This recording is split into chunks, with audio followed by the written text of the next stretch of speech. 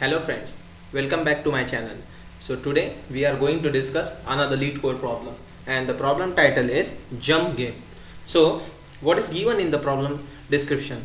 So basically here we are given an input array as a that is it contains the integer value. So and what we have to do is for the every index, so basically it starts from the 0, so we have to check whatever the value for the particular index, so we can make that number of jumps. So it can be like let's say if the 0th index of the array which contains the value 2, so we can make the jump of 1 or make the jump of 2. So maximum number of jumps we can perform, that is a 2.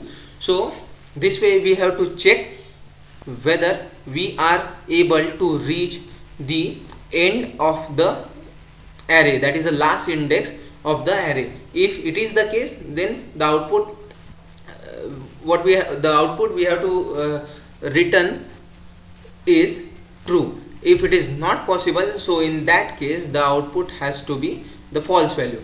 So the input parameter here is an integer array which holds the positive set of integers, and the output we have to return is the boolean values. It can be true or false. Okay, so let's jump into the example 1. So here we are given the nums array which contains the value 2 3 1 1 4. So if we we have to start from the 0th index. So for the 0th index the value is 2, so it means that we can perform the maximum number of jumps are 2. So we can perform the jump 1 or we can perform the jump 2. So if we perform the jump 1, so we can reach to the next index, that is a index 1. And if we perform the 2 jumps, that is the maximum jump, so we can reach to the second index which contains the value 1.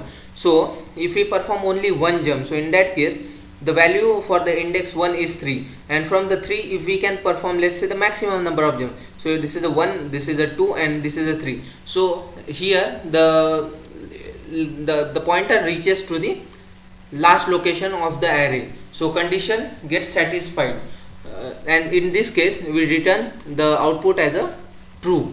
So now let's see the example 2 over here. So again in this case if we see for this, it has the values 3 2 1 0 4. So like let's say if we start from the 0th index, and if we perform the 1 jump, 2 jump, or 3 jump, so in any of the cases we reach to this third index and which holds the value 0. And if it is a 0, so we cannot make the any number of jumps, and in that case there is no possibility at all to reach to the last index of the array, and that's why the output is false. So basically we have to make the different choices based on the array value of that particular index in the range of 1 to that particular value.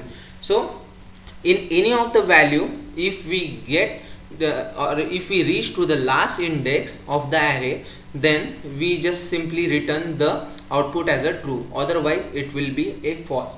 So to solve this problem we are going to solve this with the help of dynamic programming, and in the dynamic programming we are going to use the top down approach, that is we are going to perform the recursion, and to avoid the recalculation we will use the memoization technique over here. So let's get into the code part now. So here we are given a function canjump which has an integer array, and the expected return type is the boolean value, that is a true or false.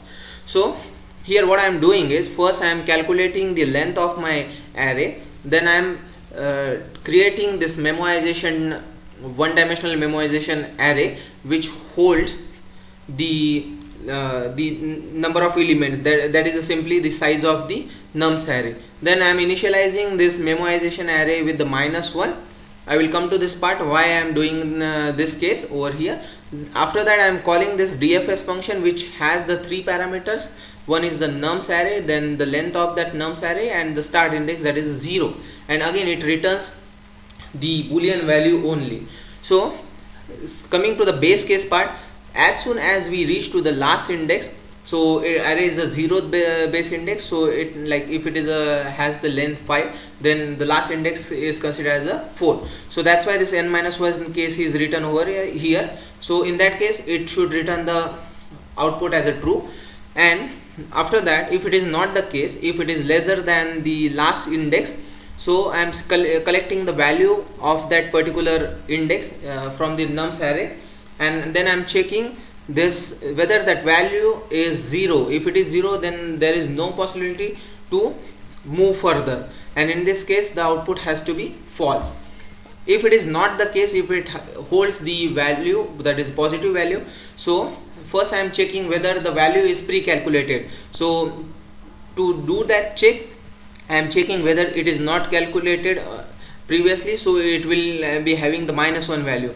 If it is calculated, so I am checking whether that value is, again that value is 0 or non-zero. If it is 0, then there is no use of that, I cannot move further, so it will return the false.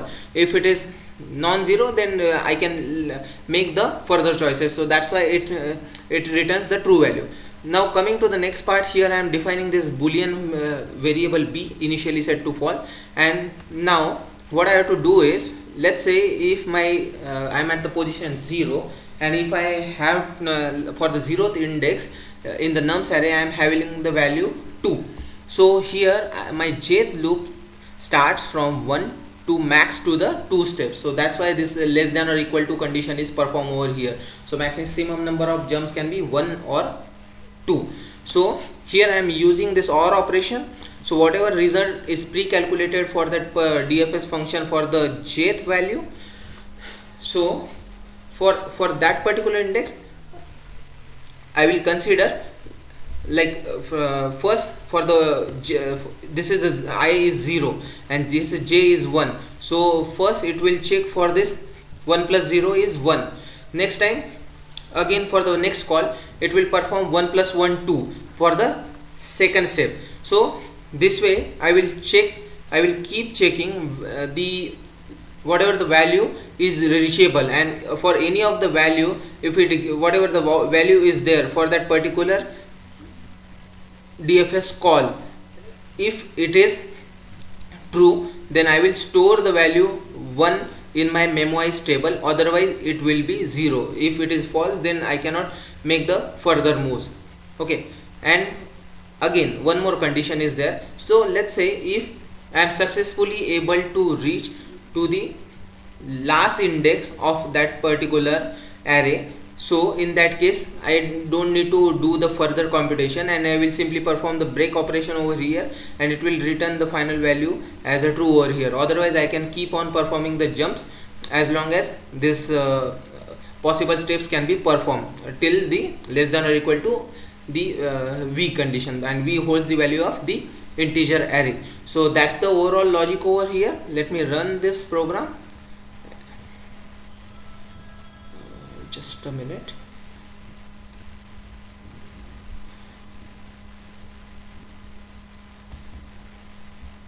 So another thing is, so again, so here in terms of the time complexity and the space complexity, so here I am defining this one-dimensional array over here. So the space complexity is big of n over here, and in terms of this the time complexity of this, so it is simply big of n into this for loop is there. So that is a big of n square over here. That is the overall time complexity of this algorithm. So let me run this program and let me show you the output.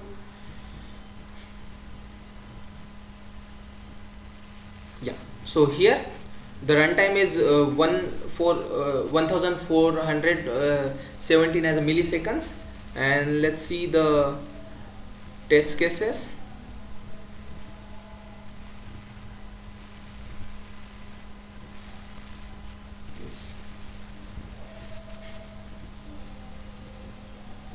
Yeah, so here it has covered all the 75 test cases. So that's it for now.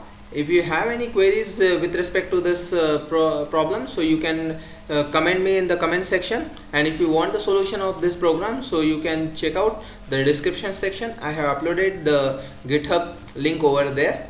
So thanks for now, and stay tuned for the next one.